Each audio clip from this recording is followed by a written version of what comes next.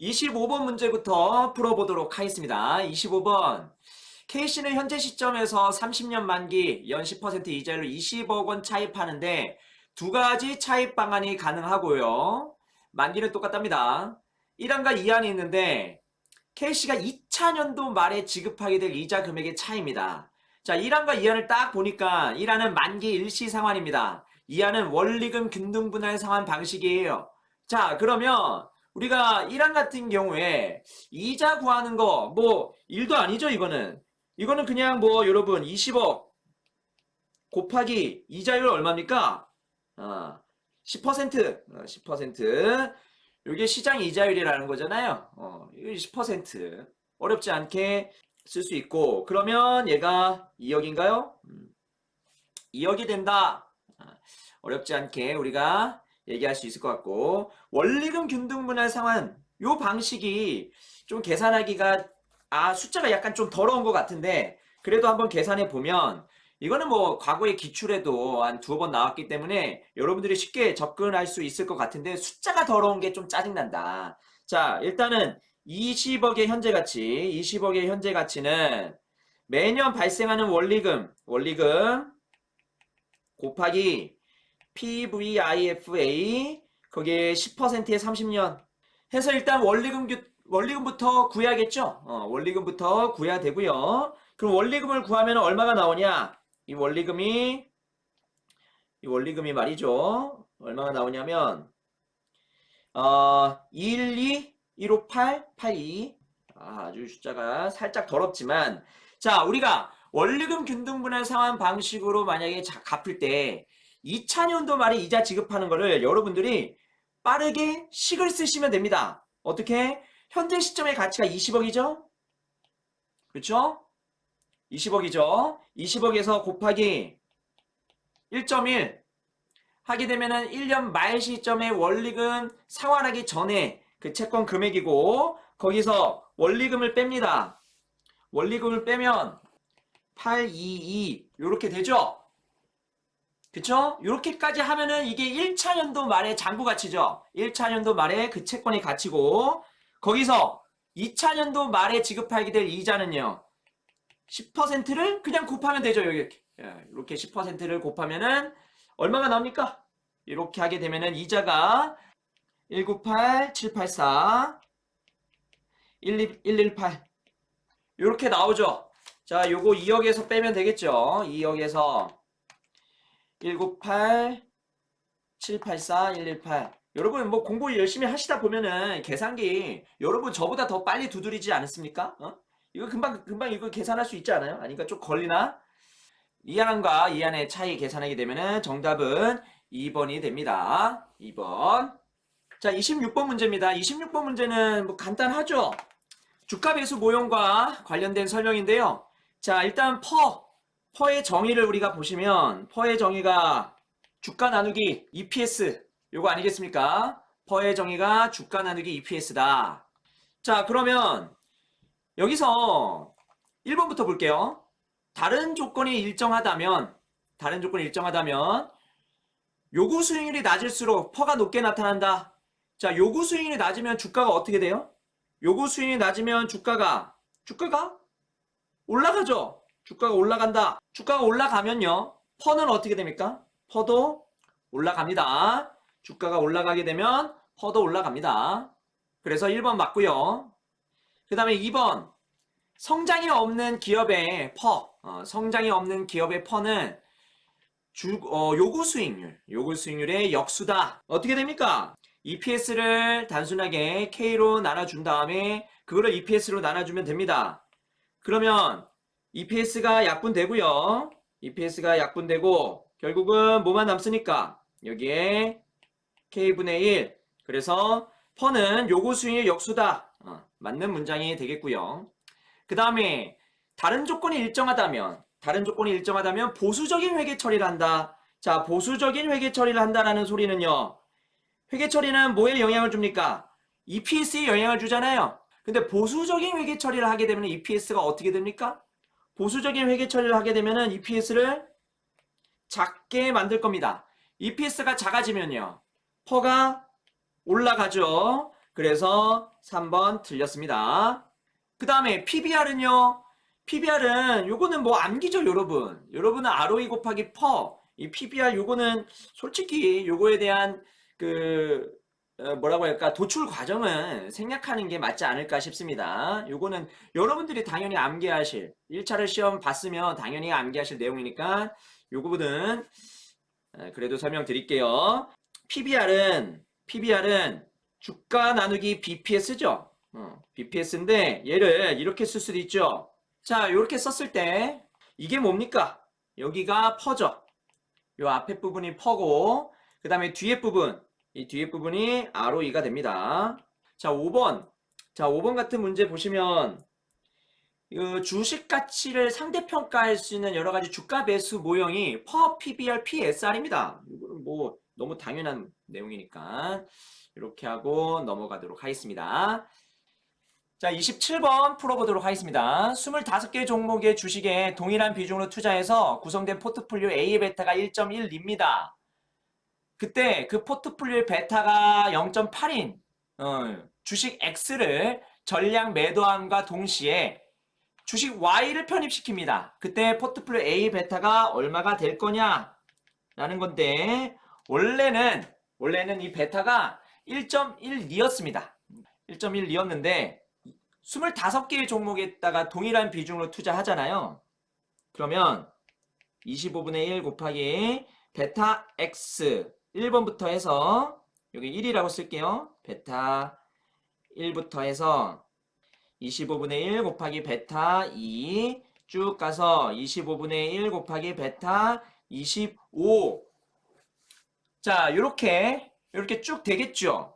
그 중에 요거를 우리가 베타 X라고 한번 생각해 보고요. 요 놈을 빼내고 그 다음에 베타 주식 Y를 집어넣는 겁니다. 그러면 여러분 새롭게 바뀔 베타는 얼마가 될 거냐? 새롭게 바뀔 베타는 얘가 얼마가 될 거냐? 요걸 구하는 건데요. 그때 어떻게 구하면 됩니까?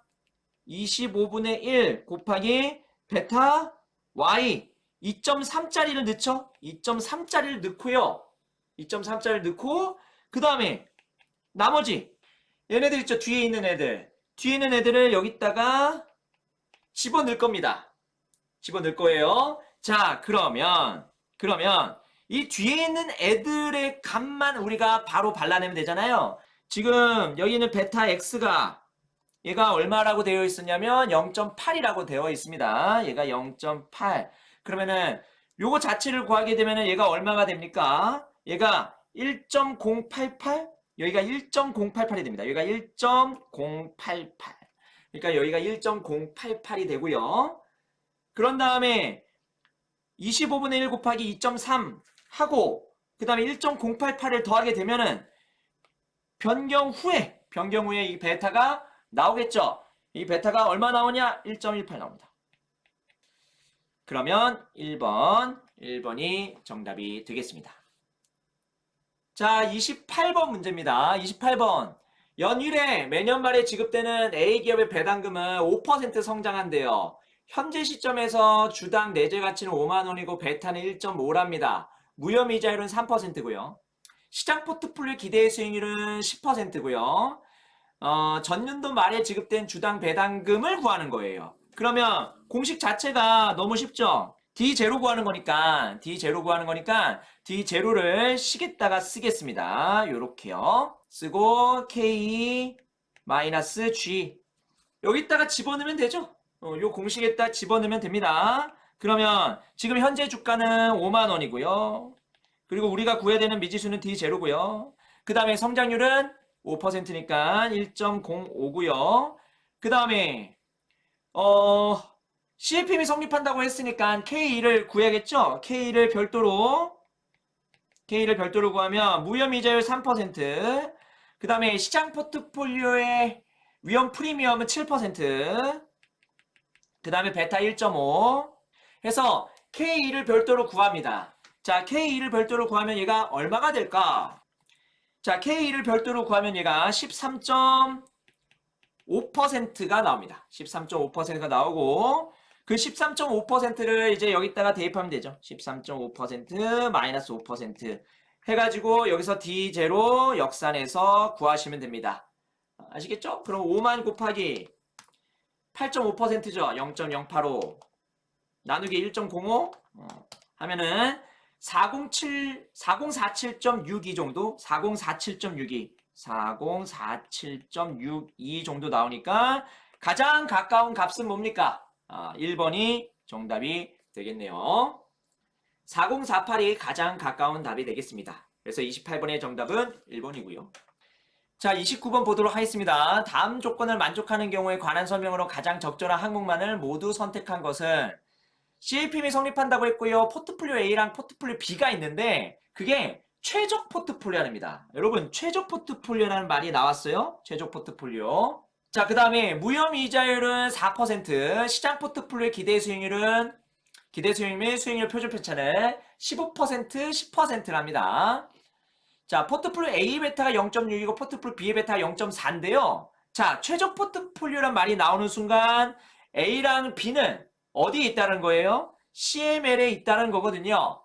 자, CML에 있을 때 그때 요 베타가 어떻게 계산이 되는지 그거를 한번 보면요. 자, 포트폴리오 베타는 뭐랑 구성된 거? 시장과 무형자산으로 구성된 포트폴리오 베타는 무형자산의 투자 비중 곱하기 무형자산의 베타. 무형자산의 베타는 0이죠. 그 다음에 플러스 시장의 투자 비중 곱하기 시장 포트폴리오 베타죠. 근데 시장 포트폴리오 베타가 1이에요. 1. 그래서 무형자산과 시장가로 구성된 포트폴리오의 베타는 뭐랑 같냐면 투자 비중과 같습니다. 그래서 포트폴리오 A를 구성했을 때 시장의 투자 비중은 60%, B는 40%. 그래서 D가 맞는 거예요. 굳이 계산 안 해보셔도 D가 맞다라는 겁니다. D가 맞다. 됐죠? 자, 그리고 포트폴리오 무형자산과 그 다음에 그 위험자산으로 구성된 포트폴리오의 표준 편차는 이거는 공식 아시죠? 위험자산의 투자 비중 곱하기 위험자산의 표준 편차. 요 공식이 있으니까 요 공식으로 보기 C번을 푸시면 됩니다. 그러면은 A 수익률의 표준 편차는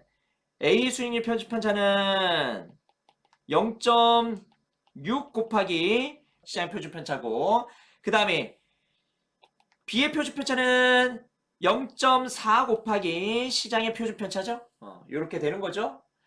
그러면 시장 표준 편차가 문제에 있잖아요. 그 시장 표준 편차가 문제에서 얼마로 되어 있냐면 10%로 되어 있나요? 시장 포트폴리오의 표준 편차가 10%. 그러면 시장 포트폴리오 표준 편차 10% 이렇게 하게 되면은 6%, 4%인데 그래서 C 맞는 문장이 되겠습니다. 그 다음에 B의 샤프 비율 구해보겠습니다. B의 샤프 비율. 그러면은 B의 샤프 비율은 우리가 이렇게 구할 수 있겠죠? B의 기대 수익률은 어떻게 구하냐? 자, B의 기대 수익률. B의 베타를 0.4로 알고 있기 때문에 얘를 CAPM에 집어넣으면 되겠죠? 그럼 CAPM에 집어넣게 되면 얘가 8.4% 나오나요? 8.4% 나오고 무형자산의 수익률 4%고요. 그 다음에 B의 표준 편차는 4%죠? 아까 구했잖아요? 4%라고. 요거 구하시면 1.1 나옵니다. 여기 1.1. 그래서 B는 틀렸고요. 자, 그 다음에 A를 보겠습니다. 포트폴리오 A와 포트폴리오 B의 사전적 수익률은 항상 같은 방향으로 움직인다. 요 말이 이 같은 방향이란 말 자체가 이런 거죠. 사전적 수익률은 사전적으로 구한 어떤 위험 대비 수익률과 그 다음에 실제 위험과 수익률은 다를 수 있게 되는 겁니다. 그래서 같은 방향으로 움직인다라는 말을 이런 식으로 좀 해석하면 될 것 같습니다. 그래서 A, C, D 3번이 정답이 되겠고요. 자, 30번 말문제입니다. 자, 30번은 증분현금 흐름으로 가장 적절하지 않은 것을 얘기하고 있습니다. A기업은 신제품 K의 생산 및 출시를 계획하고 있고요. 쭉쭉쭉 되어 있는데 신제품 K를 생산을 할 때 관련 있는 어떤 현금 흐름 그게 바로 증분현금 흐름이죠. 자, 1번부터 볼까요? 신제품 K를 생산을 하기 위해서 필요한 공장 내 공간을 외부로 임대했을 경우에 기대 수익. 자, 그러면은 생산을 공장을 통해서 K를 생산하게 되면은 외부에 임대를 못 하잖아요. 그러면은 기회비용인 거죠. 외부에 임대를 해가지고 얻게 되는 수익 자체가 기회비용이죠. 기회비용은 넣어요, 안 넣어요? 넣죠. 그쵸? K 생산을 함에 따라서 포기해야 되는 것 중에 가장 높은 것을 빼서 증분현금으로 구하는 거죠. 그러니까 K 생산을 했을 때 그때 얻게 되는 현금흐름 마이너스 임대 수익으로 얻게 되는 현금흐름 빼서 그 증분현금흐름으로 NPV를 계산해서 NPV가 0보다 크면 공장을 통해서 K 생산하고 NPV가 0보다 작으면 임대 수익 얻고 이렇게 의사결정하는 거 아니겠습니까? 그래서 1번은 맞는 문장이고요. 그 다음에 2번 신제품 K 출시로 인해서 A기업의 기존 제품을 구매하지 않고 신제품 K 구매로 이동합니다. 그러면은 기존 사업의 현금 흐름에 안 좋은 영향을 주죠. 당연히 이것도 관련 원가죠. 그쵸?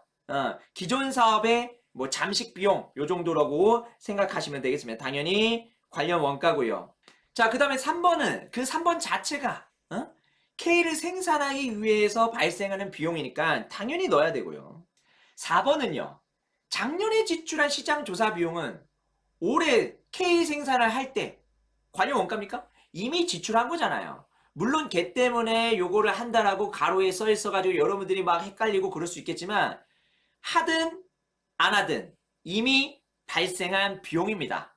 그래서 과거에 이미 발생된 비용은 이거는 하든 안 하든 발생하는 거기 때문에 뭐 중복되는 비용이라고 생각할 수도 있지만 어쨌든 여기서는 매몰 비용이라고 생각하고 증분 현금 흐름으로 넣으면 안 되죠. 그래서 얘는 매몰 비용, 자 매몰 원가라고 생각하시면 되겠습니다. 자 5번은 뭡니까? 기존 기업, 기존 사업이죠. 기존 사업의 매출이 증가한 부수적 효과, 긍정적인 부수적 효과를 이해하는 거기 때문에 5번은 맞는 증분 현금 흐름으로서 맞는 문장이 되겠습니다. 그래서 30번 답은 4번이네요. 그 다음에 여러분들이 그나마 조금 어려워할 만한 문제가 요거 같습니다. 그런데 우리가 CQ 문제는 작년에도 나왔기 때문에 여러분들이 어느 정도 공부를 좀 했을 거예요. 그래서 요거를 시간 빠르게 세웠을 수 있는데 그런데 근해 공식이 들어가기 때문에 조금은 어려울 수 있겠다라는 생각이 좀 듭니다. 자, 요걸 한번 보면 투자한 X의 현금 흐름 있고요. 무혐의자리 있고 효용함수가 있습니다. 그러면 이 효용함수를 통해서 뭘 구할 수 있습니까? CQ를 구할 수 있죠. 그때 위험조정 할인율. 그러니까 위험조정 할인율은 위험이 있는 할인율인 거죠. 리스크 프리미엄을 조정해서. 자, 그러면 만약에 기대 수익률, 위험 조정 할인율을 제가 K라고 두고요. 그 다음에 식을 하나 써보도록 하겠습니다.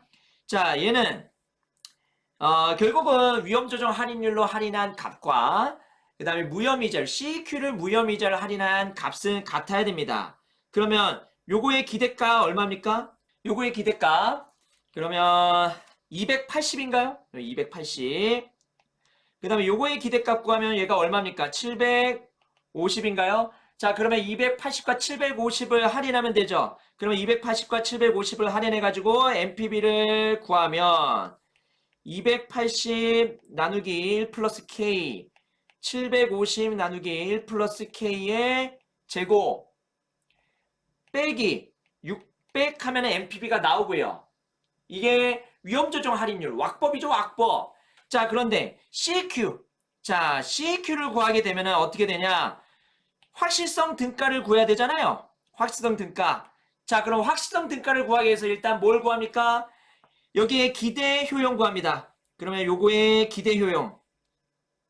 효용은 제가 파란색으로 400의 효용이 얼마입니까? 400의 효용이 20이죠. 그 다음에 100만원의 효용이 얼마입니까? 100만원의 효용이 10입니다. 그쵸? 그러면 기대 효용은요? 요거의 기대 효용은 20 곱하기 0.6 플러스 4. 그러면 요거의 기대 효용은 16입니다. 16. 그러면 CEQ는 얼마 됩니까? CEQ는 16을 제곱하면 되겠죠? 그러니까 루트 씌워서 16이 되는 숫자, 루트 씌워서 기대형을 만드는 숫자, 이게 CEQ잖아요. 이거 어렵지 않으니까 256 구할 수 있을 겁니다. 얘는 뭘로 할인해요? 10%. 그 다음에 여기는 30, 여기는 20. 기대효용 구하면 자 여기는 기대효용이 27 나옵니다. 그러면 루트 씌우면 729 나옵니다. 이렇게 해가지고 MPB를 구하죠. 자, 빨간색은 위험조정 할인율을 이용한 왁법이고요. 그 다음에 파란색은 CQ법이죠. CQ법. 요 두 개가 어떻게 해야 됩니까? 요 두 개가 당연히 같아야겠죠. 자, 그러면 식 하나에 미지수 하나죠. 요 K를 구하는 거잖아요. 어떻게 해야 돼요? 근해 공식 해야 되는데 대입하면 됩니다. 대입하십시오. 대입. 이게 조금 안타깝기는 하지만 대입을 할 수밖에 없는 그런 대입을 하다 보면은 여기 13이 정답이 됩니다. 됐죠? 자, 32번 보도록 하겠습니다. 레버리지 분석은 매출액 변화가 영업이익 및 주당 순이익에 미치는 영향을 파악하기 위해서 사용되는데 부채를 사용하지 않는데요. 뭐가 없어요? 부채를 사용하지 않는다. 요거 보는 순간 재무 레버리지도 없구나. 재무 레버리지도가 없구나. 그래서 여기서 DFL을 우리가 뭐라고 얘기할 수 있냐? 여러분, 재무 레버리지도가 없으면 DFL이 얼마가 됩니까? 1이 되죠, 1. 이자가 없는 거니까 영업이익과 세전이익이 같을 거 아니겠습니까? 그러면 DFL입니다. 그러면 지금 매출액이 250에서 750으로 증가했다. 10% 증가한 거죠. EPS가 100에서 150 증가했다. 50% 증가한 거죠. 그러면은 매출액이 증가할 때 여기 있는 EPS가 증가하는 건 우리가 얘를 뭐라고 부릅니까? DCL이라고 부르고요. DCL.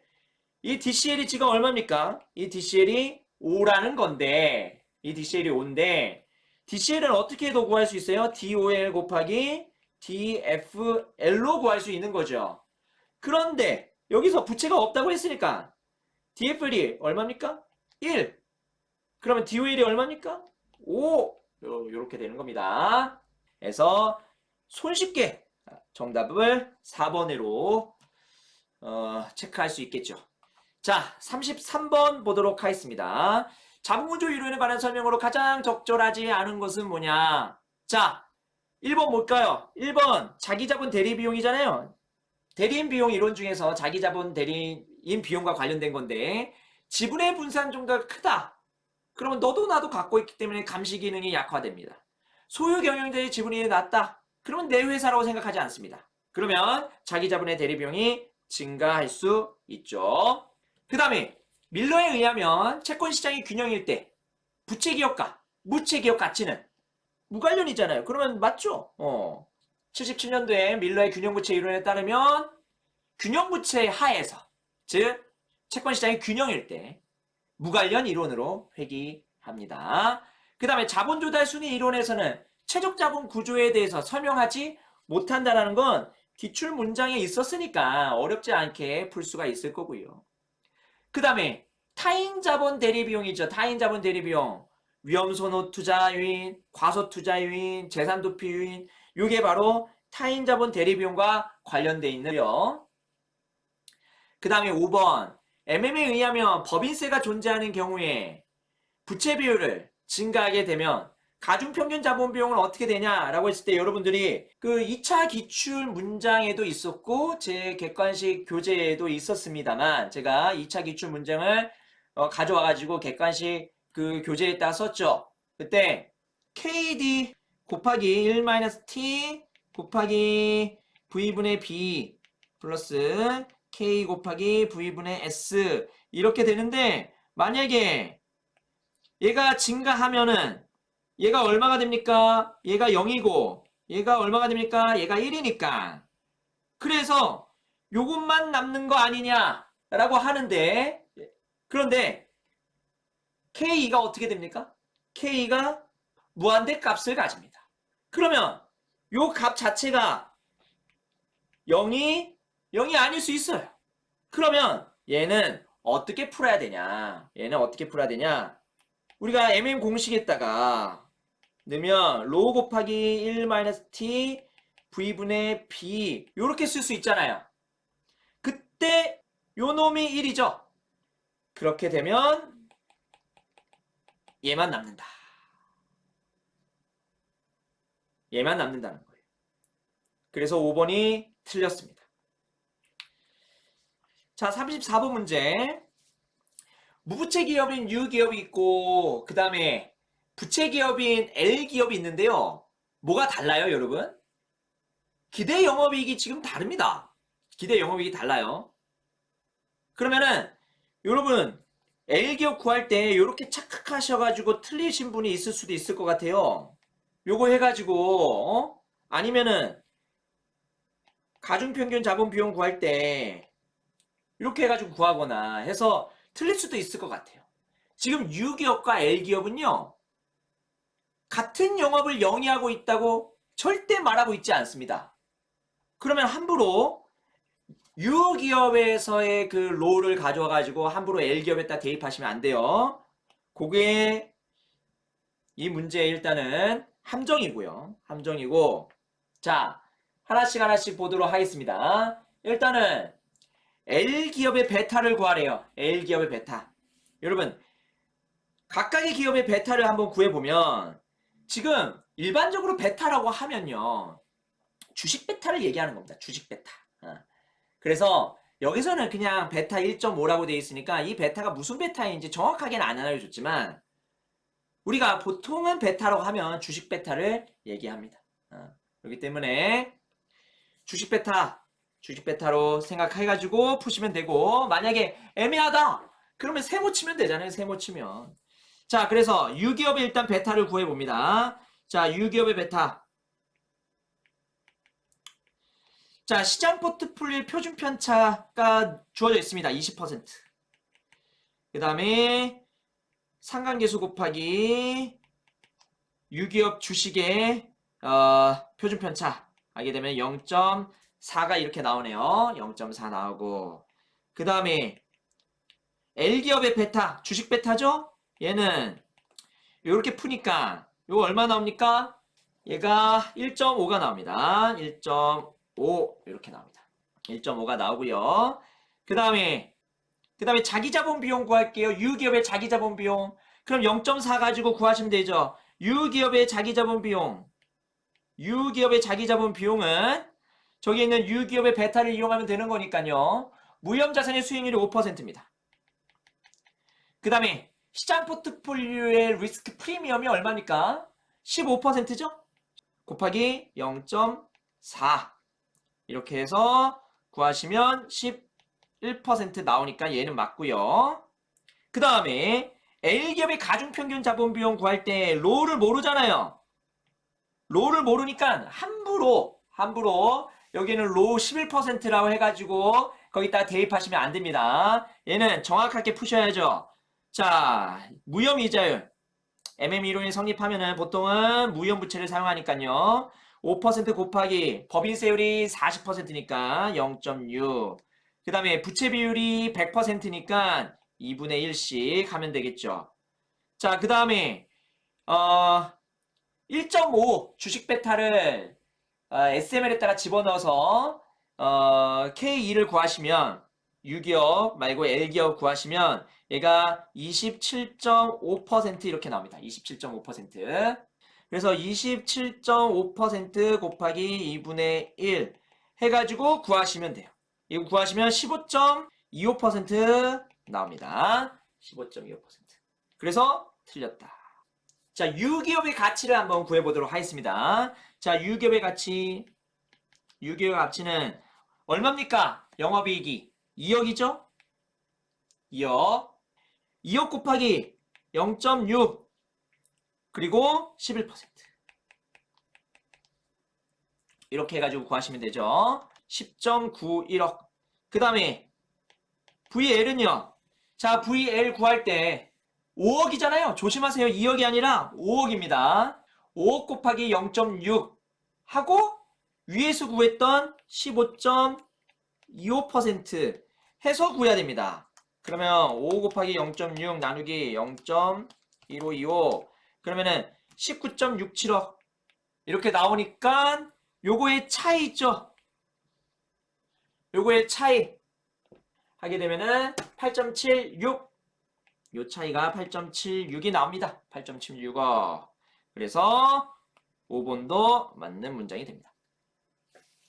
자, 그 다음에 35번 완전 자본 시장을 가정할 때 다음 설명 중 적절한 항목만을 모두 선택한 것은 자, 주식 배당, 주식 분할 해도 자기 자본 가치 안 변하죠. 변하지 않는다. 하락한다. 틀렸습니다. 하락한다. 틀렸고요. 변하지 않는다가 정답이죠. 그래서 A 틀렸고 자, B 볼게요. 현금 배당 및 자사주 매입을 하게 되면은 기업으로부터 현금이 밖으로 빠져나갑니다. 그러면은 자기 자본의 시장 가치가 줄어들죠. 우리가 펄을 얘기할 때 이렇게도 쓸 수 있잖아요. 자기 자본의 시장 가치 나누기 단기 순위. 그러면 자기 자본의 시장 가치가 어떻게 됩니까? 감소하죠? 단기 순위는 그대로 있는 상태에서 자기 자본의 시장 가치가 감소하잖아요. 그래서 맞고요. 자, C 볼게요. C. 주식 배당, 주식 분할. 주식 배당, 주식 분할하게 되면은 주식 수가 늘어나죠. 단기 순이익은 변하지 않는데 주식 수가 늘어나잖아요. 그렇기 때문에 EPS가 변하지 않는다? 틀렸다. EPS는 주식 수가 늘어나니까 EPS는 감소죠, 감소. D 볼게요. 자사주 매입, 주식 병합 하게 되면은 주식 수가 어떻게 됩니까? 감소하죠. 주식 수가 감소하니까 EPS 상승 맞죠? 자, 주주분은 어떻습니까? 주주부 완전 자본 시장이면 어떻게 돼요? 주주분은 불변이죠. 불변. 그래서 B랑 D가 정답이니까 4번이 정답입니다. 자, 36번 보도록 하겠습니다. 현재 시점에서 1년 만기 현물이자율이 6%, 2년 만기가 8%입니다. 적절한 항목. 자, 선도이자율 구하래요. 선도이자율. 그러면은 요거는 이렇게 쉽게 구하시면 되겠죠.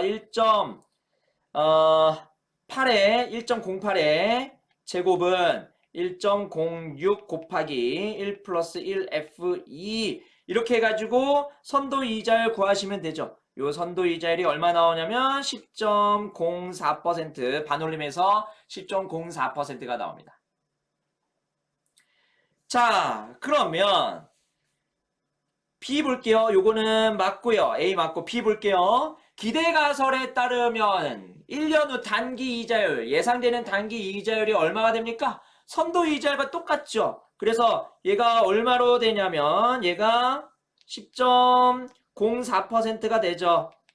1년 만기 현물 이자율은 6%니까 오케이. 상승할 것으로 기대된다. 맞는 문장이 되겠습니다. 그 다음에 유동성 선호가설에 따르면 유동성 프리미엄을 고려해서 단기 이자를 구하죠. 그러면 얘가 얼마가 됩니까? 10.04%에서 3%를 빼면 7.04%가 되죠.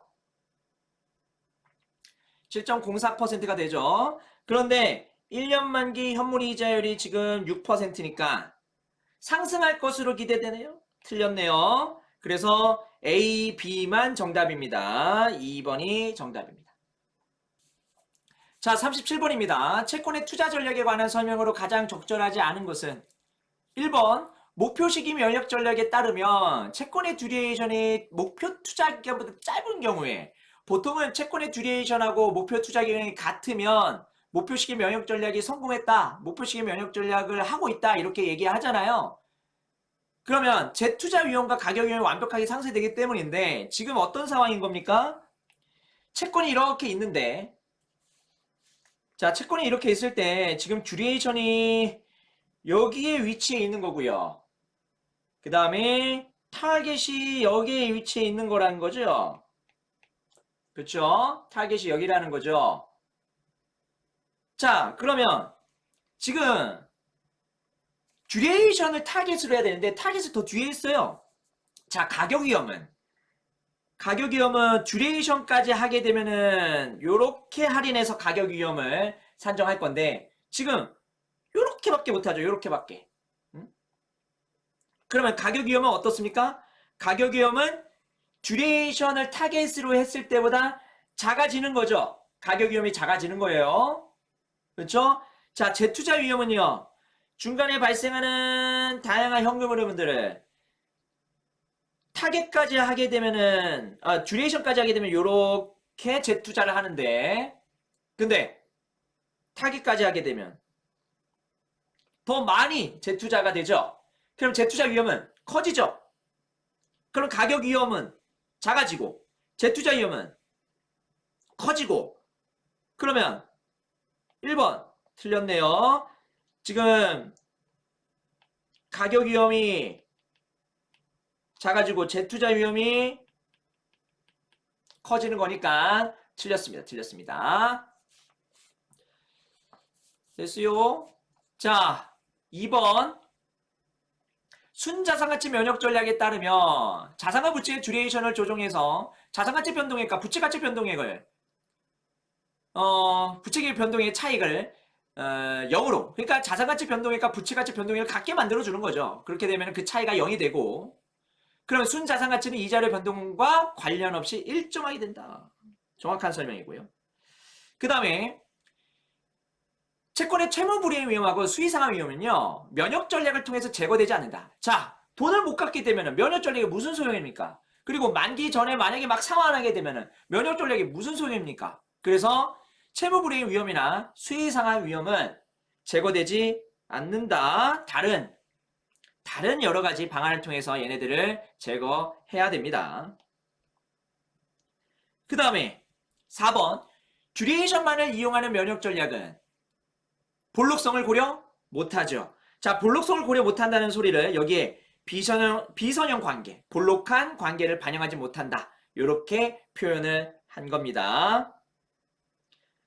그 다음에 5번 같은 경우는 이거 뭡니까?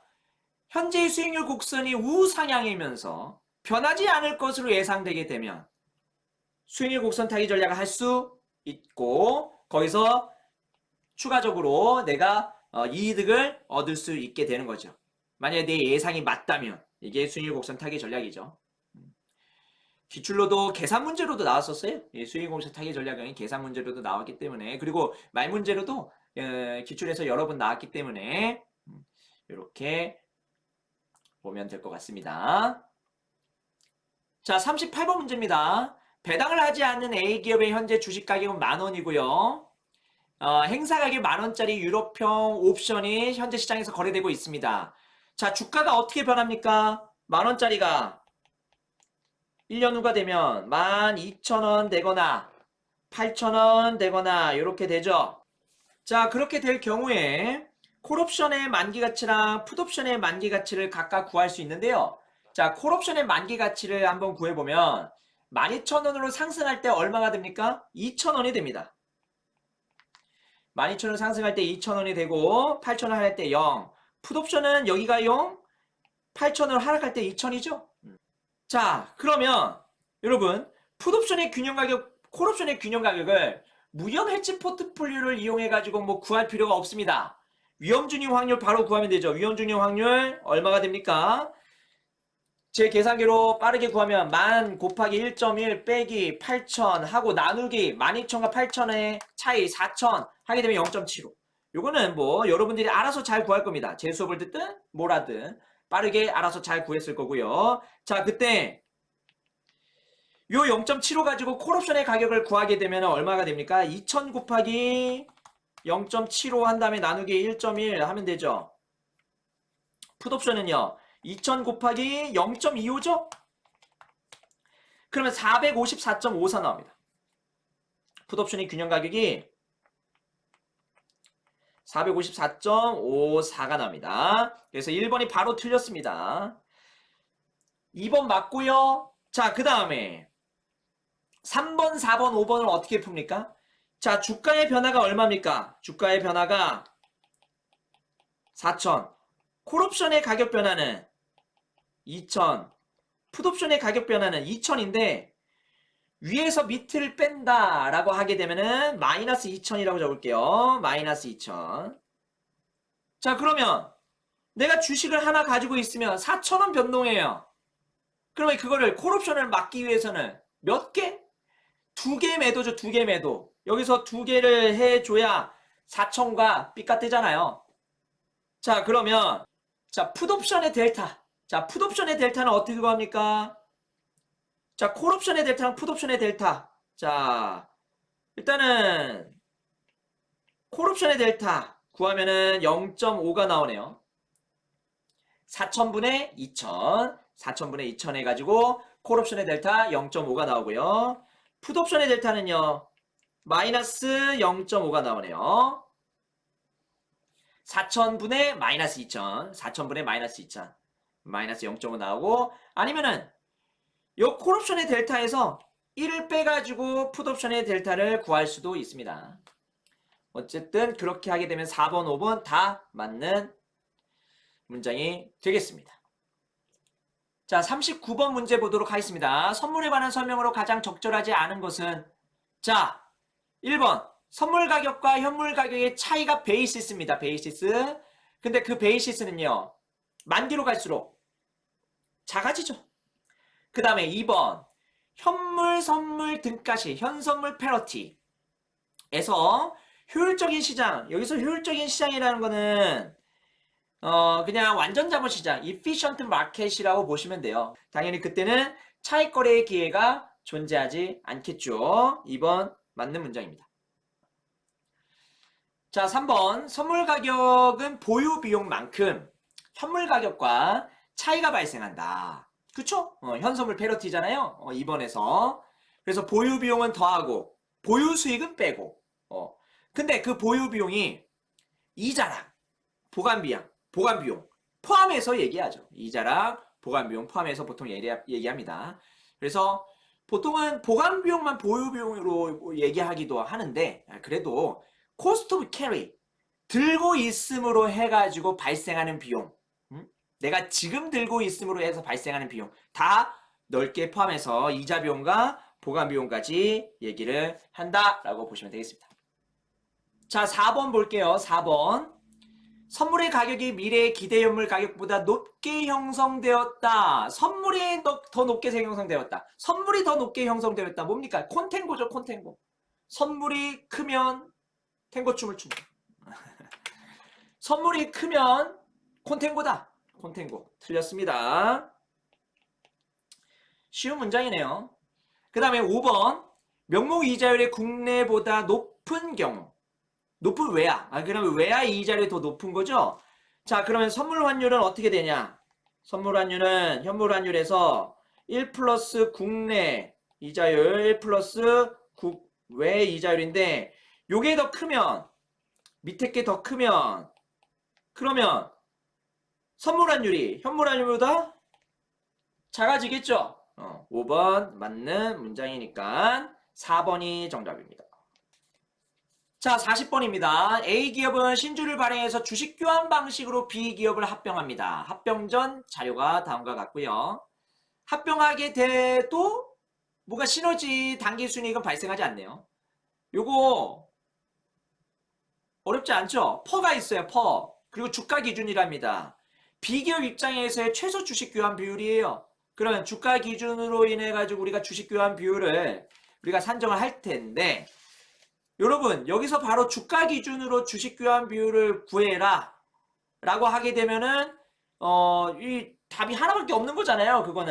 그걸 얘기하는 게 아니라 주가 기준, 여기서 주가 기준이라는 것은 우리가 주가를 기준으로 해서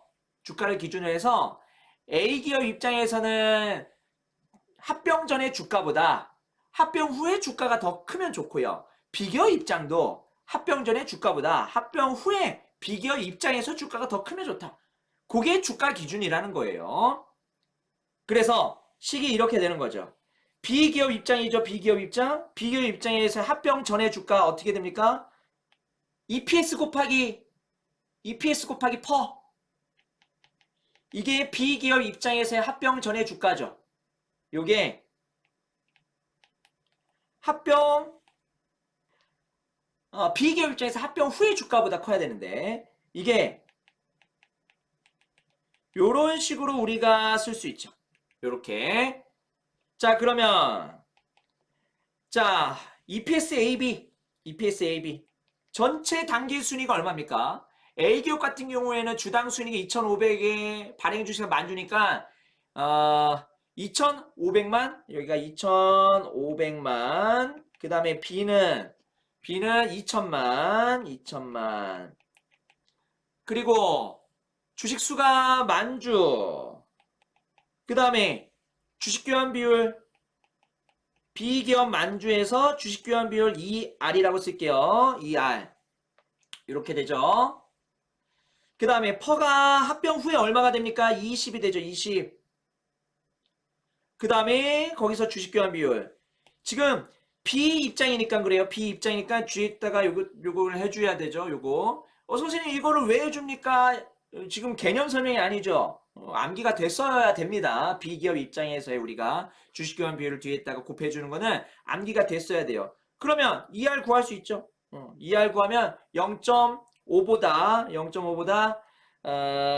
커야 된다. 0.5보다 커야 된다라는 게 나옵니다. 그럼 2R을 구하게 되면은 0.5보다 커야 되니까 최소 주식 교환 비율은 0.5다. 됐나요? 그래서 모든 문제를 다 풀어봤습니다. 자, 도움이 많이 되셨습니까? 자, 일단은 여기까지 해서 마치고요. 고생 많으셨고 2차 때, 동차 때 뵙도록 하겠습니다. 고생하셨습니다.